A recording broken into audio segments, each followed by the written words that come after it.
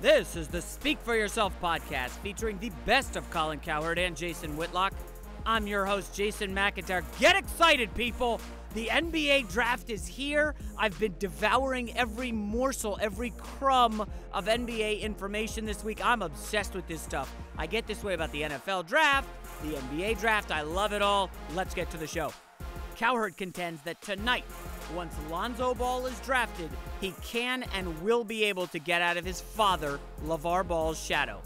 Whitlock, never one to shy away from a prediction, says this will be Tom Brady's last year in the NFL. Former Super Bowl champ Eric Davis says the news of Derek Carr being signed to a long-term deal makes the Raiders a threat not just to the Patriots, but to the rest of the league.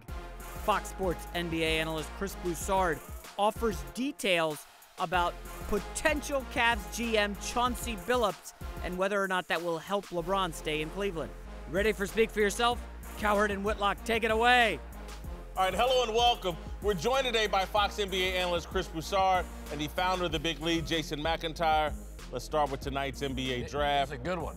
Where everyone and their mother expects the Lakers to draft Lonzo Ball tonight, despite lingering questions about the role his father will play once Lonzo is actually in the NBA. For his part, LeVar told Rolling Stone he has no plans to fade into the background, saying, quote, "I don't step back. Like I told people, I don't step back for nobody. I ain't going back. If I got to ride in the back seat, usually I drive. That's how I roll." Colin, can Lonzo get out of LeVar's shadow if the Lakers draft him? Yeah, he's already out of it. I mean, the only reason I know LeVar is because of Lonzo's play, or I wouldn't know LeVar. If Lonzo couldn't play, he's just a loudmouth. But now it's like, well, you got to pay attention to him because Lonzo's great. Lonzo, of the three people I trust, all have Lonzo number one player in the draft. I think he's out of the shadow. I haven't heard LeVar. Who's in Rolling Stone? They just did a profile on LeVar, not Lonzo. And by the way, none of my friends read Rolling Stone, nor do I. Oh, a magazine wrote an article. Whoa! Listen, LeVar, it's going to be real hard for this kid to get out of his dad's shadow because his dad doesn't want him out of his shadow. His dad is reliving his athletic career through his son, and he's doing a bit too much, and it's going to be teams are asking this kid questions about the dad. It's a distraction. He is in this man's shadow and his dad's shadow. It's going to be very tough. In 4 hours, when Lonzo's a Laker, or 3 hours from now, the world's going to explode. I'm telling you, this kid's going to break every summer league record, every attendance record. The world is going to explode. The NBA, this ain't Michael Jackson coming out of the grave, Colin. I'm telling you what, Lonzo to the Lakers is commerce. It is going to explode in 3 hours. Well, LeVar Ball is commerce too, all right? But I would agree with you. It's all about his play. If he goes to L.A. and can ball, there's no pun intended, there's no question that he gets out of his dad's shadow because the guy on the court always overshadows the guy off the court. When did we start hearing so much about LeVar? In the off season. During the season, you didn't hear as much about it. What are y'all doing? Later in the year, in the tournament, LeVar began talking a lot. But for the most part, his rise has been after the basketball has ended. If Lonzo can play in L.A., he's going to far outshine his dad. Plus, go ahead. I used to think what you did, but then two things happened that kind of changed my mind. Number one was the Foot Locker commercial. You guys saw that, right? It felt like a tipping point for Lonzo. I'm coming out of my dad's shadow. I'm going to be my own person, right? It felt like something there. You guys talked about it at length. The other one was the D'Angelo Russell trade. This is Lonzo Ball's team. It's official. He's going to be the point guard from day one. He's going to be distributing. Well, that was going to be the case anyway. But no, if he had to share the backcourt, it might have been an issue. It's his team. He's going to have the ball in his hands. Could we all please remove ourselves from the Twitter social media bubble? Rolling Stone magazine is writing about the dad. That's moving the dad further into the zeitgeist. Well, the dad's moving further into pop culture. It's not that he's not going to stay in the spotlight because he's got $500 sneakers. He's going to remain outspoken. But here's the thing. Lonzo is about to become, if he's not already, an adult. And when you have children and one's an adult, you pour more of your attention into the ones that are still kids. They still got Jello at UCLA and Melo in high school. So he's going to turn more of his attention, I believe, to those two. And don't forget the Lonzo. big baller brand. He's got to push that. He's a businessman now in a suit, not a jumpsuit. When you get a star meet to traditional power, Harbaugh to Michigan, A-Rod to Yankees, Lonzo's a star to the Lakers. Everything, and by the way, Rolling Stone likes Radiohead more than U2. Stop reading that magazine. Listen, you guys are acting like this is Andrew Luck coming to the NFL. Johnny Manziel It coming is. to the NFL. It is. Well, yeah. No, it's not. not The guy Manziel, had it's Luck. 1 year. He only played 1 year, and it was great.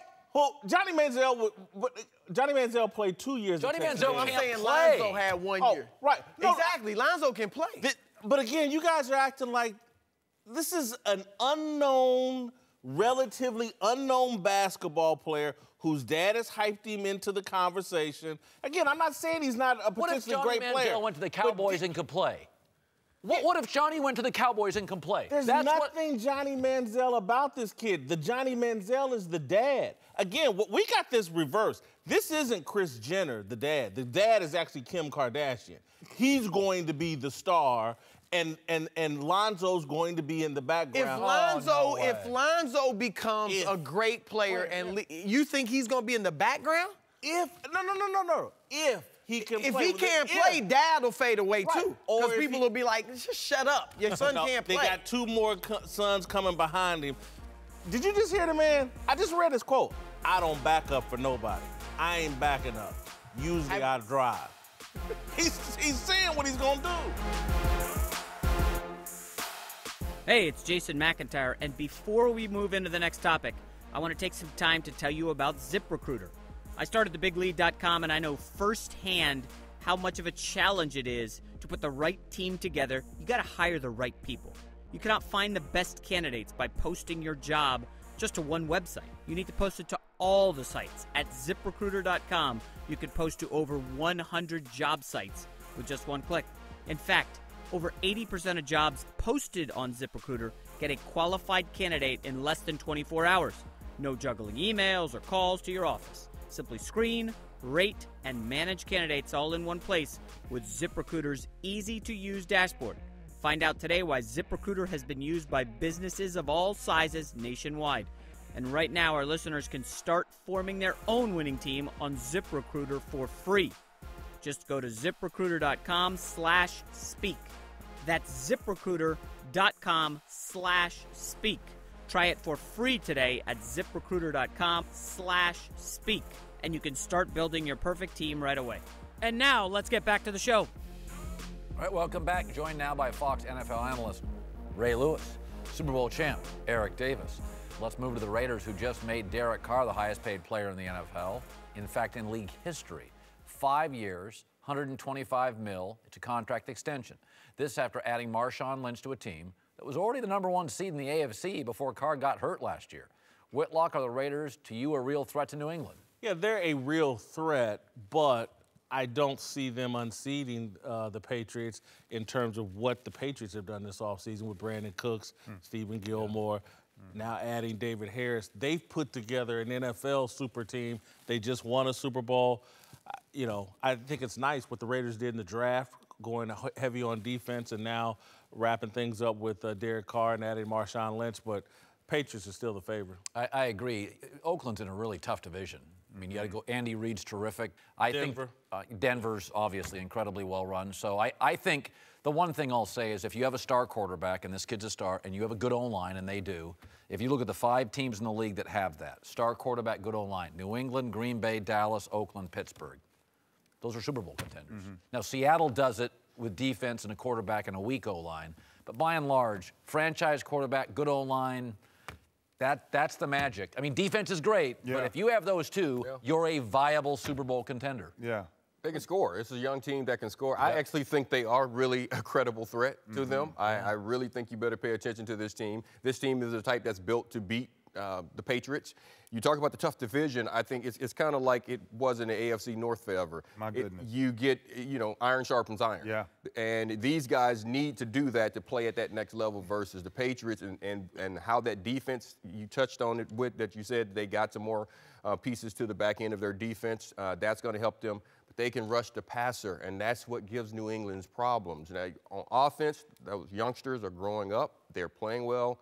Scoring, they can put it in the end zone, but they can get to the quarterback on defense, and that's how you beat New England. Yeah, when you think about like knowing Jack Del Rio's mentality, I think the question you got to ask is, you add Marshawn Lynch to that. That's a mentality. That's what you're bringing to that offensive side. Great talent all the way around. You're talking about Carr, that young boy, that receiver, my goodness. Amari Cooper is just dynamic.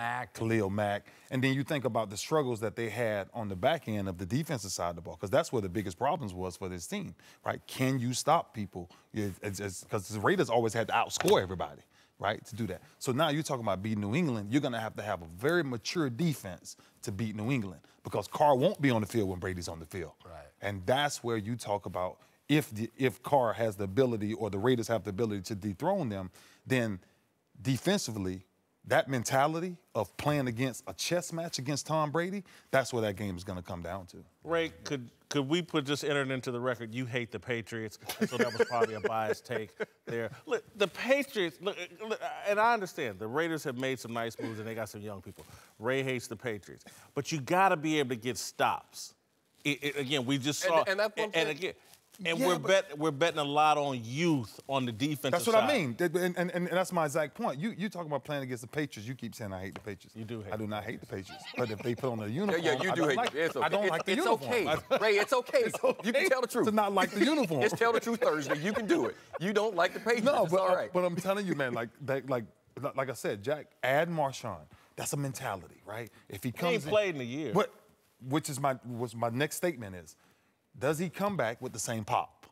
Right? Because the game is a little bit different. ED knows this. You take a year out of this game, the game is faster, faster, faster. So now maybe it takes him 2-3 games before he gets that pump back like the beast. He's all back again. But you're talking about defensively, Khalil Mack has to now only not be a superstar. He has to get everybody else to buy in.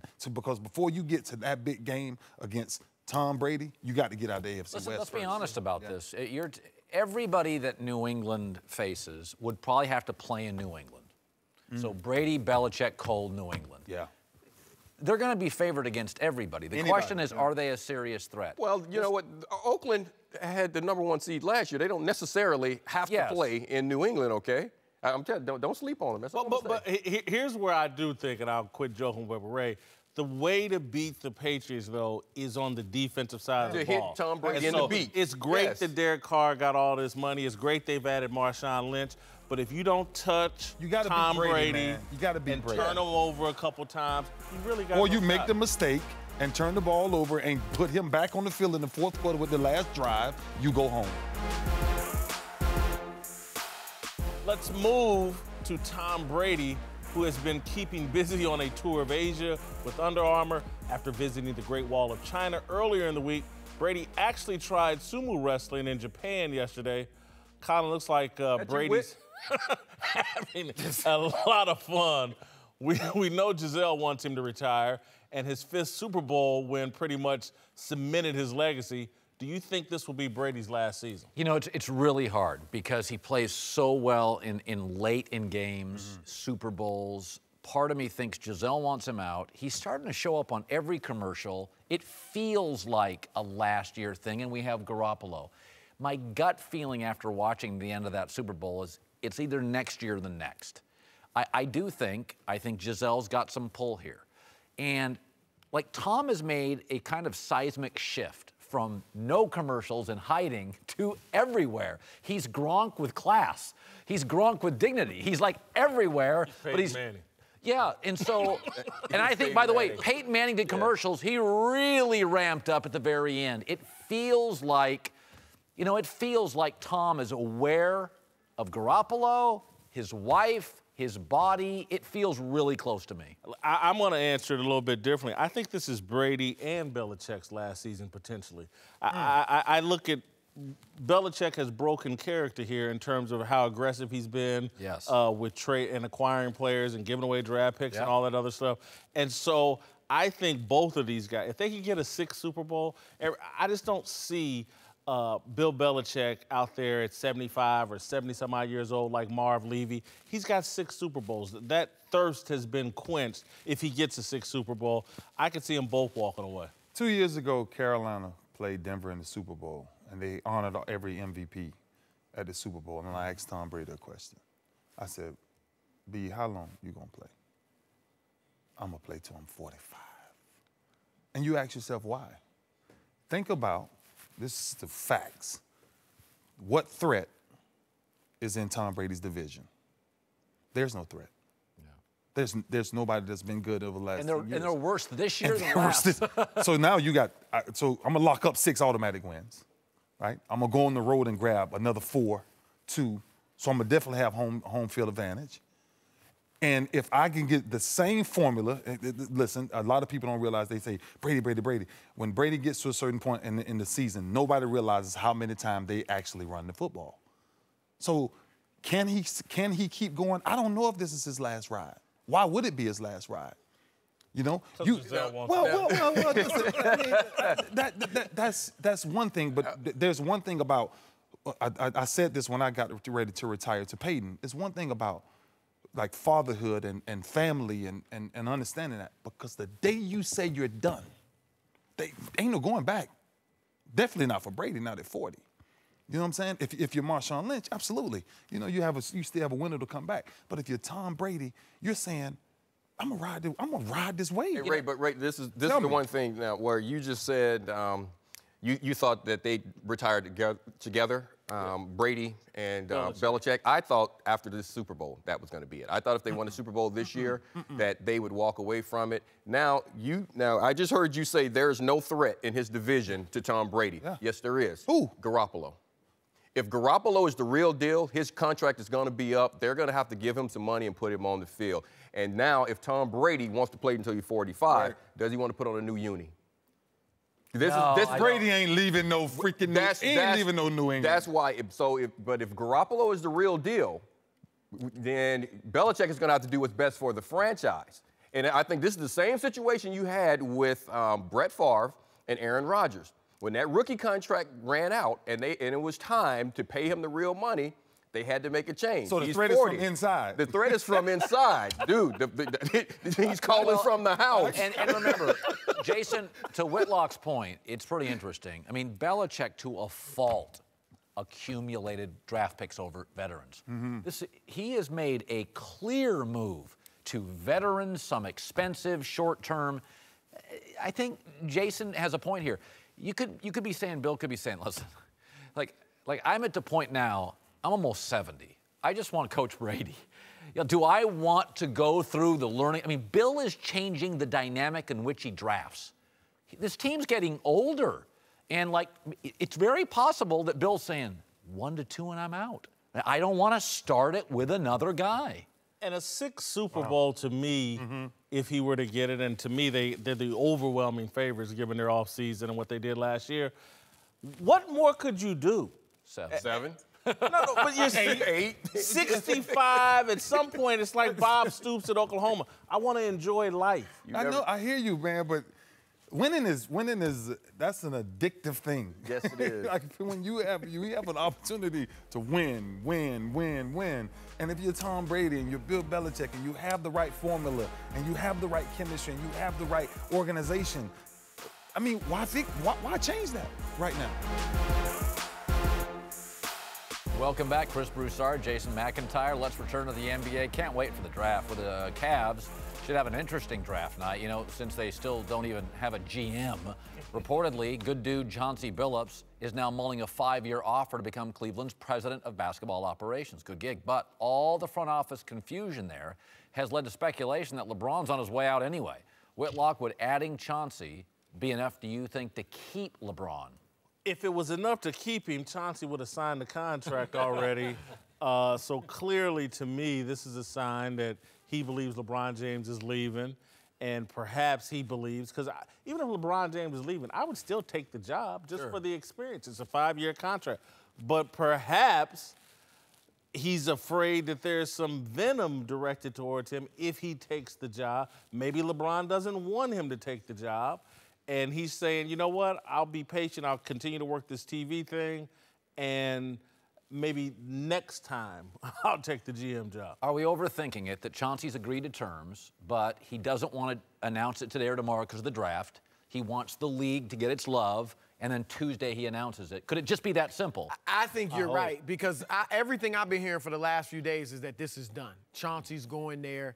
And to me, the only question is this, because LeBron runs that organization, which is another reason I don't think he's leaving, because there's no other place he's going where he can run the entire organization. The question is this, because Chauncey Billups is a leader. Chauncey was the only point guard to tell Melo, do it this way, and Melo had great success with him.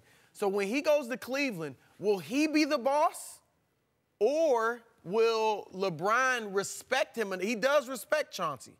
So will he respect him enough to let Chauncey run the organization? Because I don't think Chauncey wants to go there and kind of be a yes man, which is what you have there right now. But he's going to be a yes man to Dan Gilbert, who runs that organization. Who's a yes man to LeBron. Well, I don't know. Because LeBron's making him so much money, he does what LeBron wants him to do. If he's a yes man to LeBron, why didn't he get Jimmy Butler? Because Jimmy Butler doesn't want to go there because he would no longer be eligible for the super max. Well, in Chicago, it has nothing to do with players. Chicago doesn't want players Kevin aren't Love. telling him not to go there. You don't believe that report? Okay, it's not true. He wouldn't be eligible for the super max if he gets traded. I said it on the herd. I think there's no way LeBron is in Cleveland after next season. And maybe something crazy happens, Dan Gilbert sells the team or something of that nature, but I'm telling you, there is nothing I've seen out there that would keep LeBron in Cleveland. Certainly not Chauncey getting to the Billups, finals every year. A rookie GM. Dude, we've talked about rather this.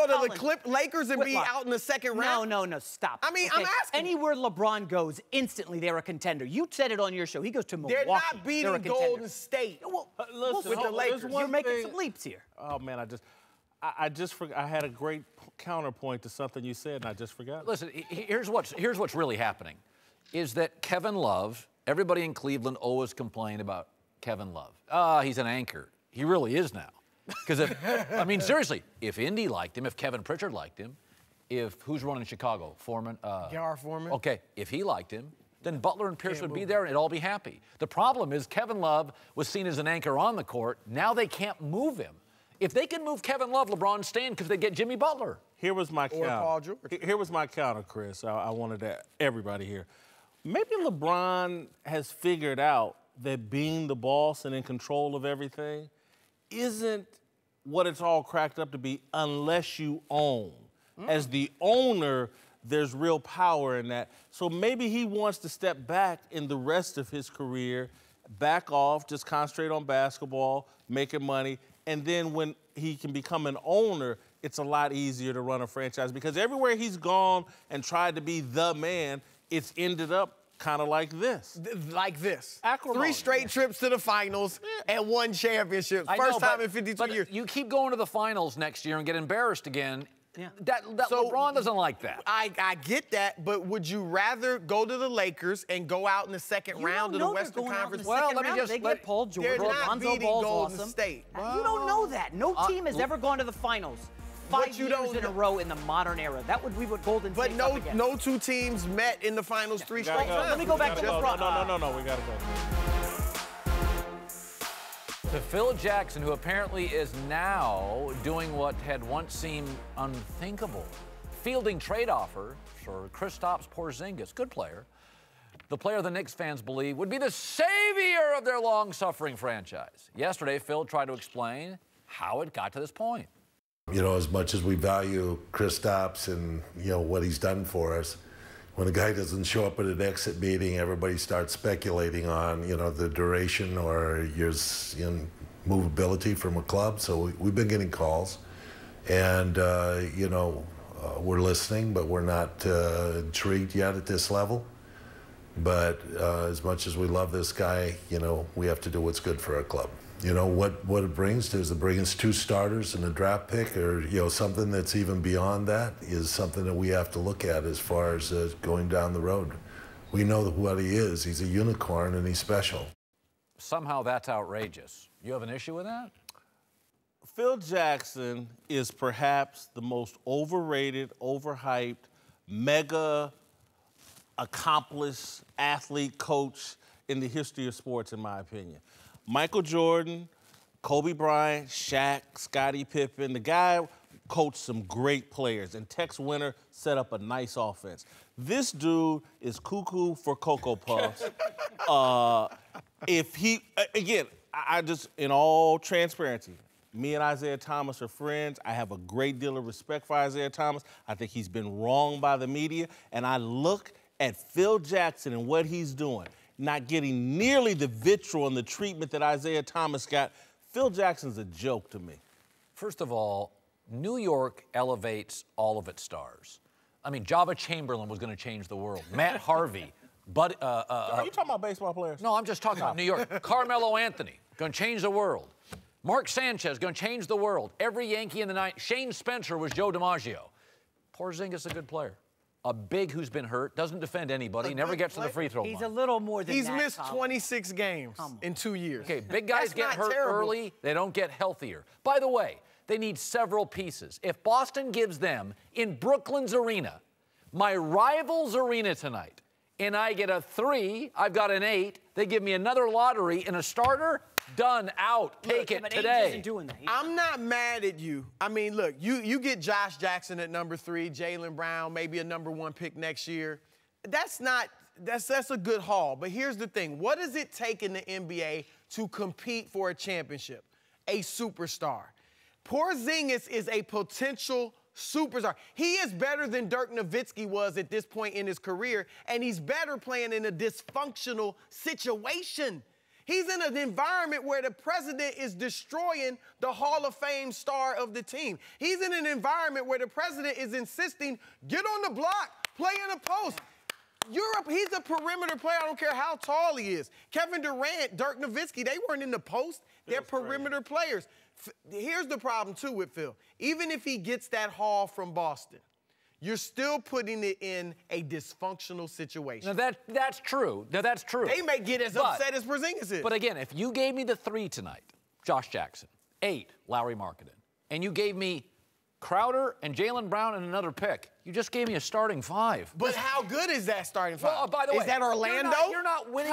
Porzingis isn't getting Colin, you anywhere. You don't like him because he's white. I know that. He is a great player. You got to get back to the original point. It is crazy, Colin, for somebody to think about trading Porzingis their best. It's lunacy. This is a guy, I know you ripped Phil Jackson, and that's fine. Michael Jordan didn't win until Phil Jackson got there. Okay, this guy's got 11 rings. He's one of the best coaches of all time. Now we got a 71-year-old guy insisting on the triangle offense, which is from a bygone era. That's my bigger issue. This is a guy who, remember, a big issue. That's my bigger issue. Guys, remember this. Steph Curry was on his way to the unanimous MVP. Phil Jackson compared him to Mahmoud Abdul-Rauf. I mean, players hate this guy. LeBron, Carmelo. Nobody thinks Phil Jackson's with it. He's the old man yelling at a cloud, just like in the Simpsons episode. Those are legit. Those are legitimate complaints. But if I could get Jaylen Brown, Crowder, another pick tonight. They're trying to negotiate 2 more picks in the lottery for the Knicks with their pick. But what do you want those picks to be? A starting 5. Kristaps Porzingis. This guy is special. Or he has the potential to be special. I don't think Jaylen Brown does. I don't think Josh Jackson. I think they're good. But I think his upside is better than just about anybody's in this draft. A lot of conversation if. This guy has proven, Colin, that he can play in this league at a high level. And defend nobody, rarely get to the line, and been He's hurt in the both. second, third year. He was in an offense where because of Derrick Rose is not a distributing point guard and Carmelo Anthony, he was the 3rd option.